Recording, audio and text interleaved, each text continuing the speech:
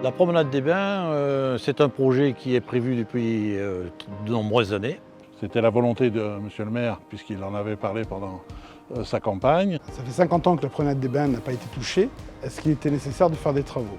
À cela, je ne peux répondre que oui.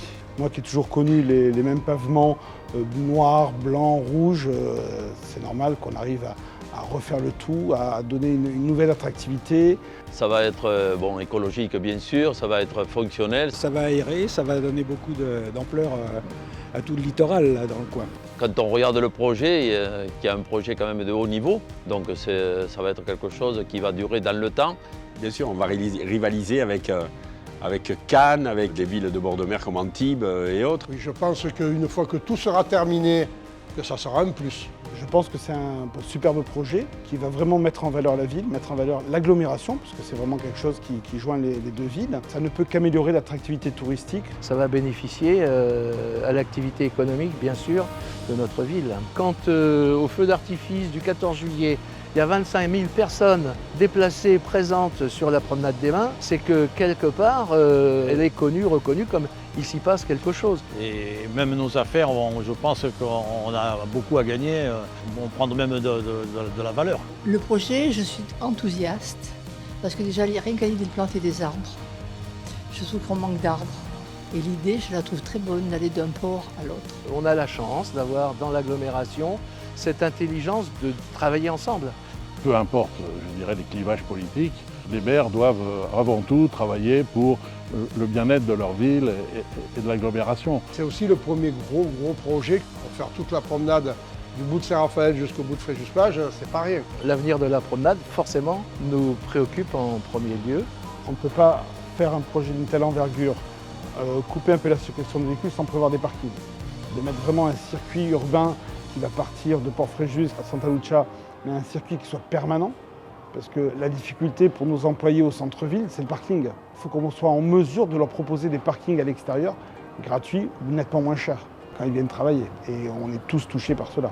J'attends surtout que ça soit fonctionnel, que les gens puissent venir facilement, parce qu'aujourd'hui, on a des difficultés à se garer. Quand on fait des grosses compétitions à Fréjus-Plage, on n'a pas de parking. Donc qu'il y ait une promenade où les gens puissent venir avec des transports en commun et tout ça, la facilité de venir à Fréjus-Plage et tout le long, c'est l'idéal. Esthétiquement, le rendu est superbe. Je veux dire, le fait qu'il n'y ait plus de voitures, ça dégage la vue. Même pour moi, ce sera un énorme plus que mes clients puissent voir la mer de la terrasse. C'est sûr que c'est dans l'air du temps. Ça va être un progrès. Mais il ne faut pas minimiser le parking, les voitures. Il faut voir le problème objectivement.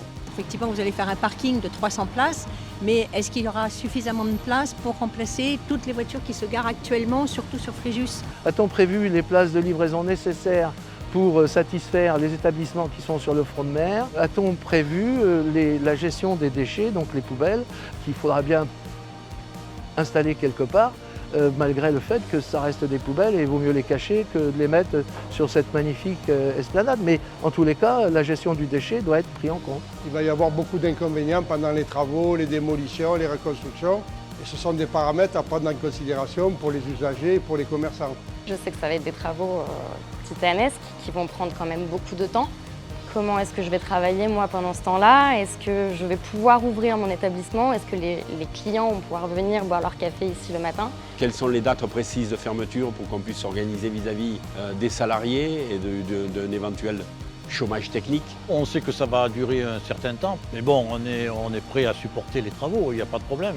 Depuis qu'on l'attend, ce sera formidable. Je trouve que pour l'avenir, le projet global, malgré qu'il puisse être discuté sur certains points, est un bel avenir pour les deux villes.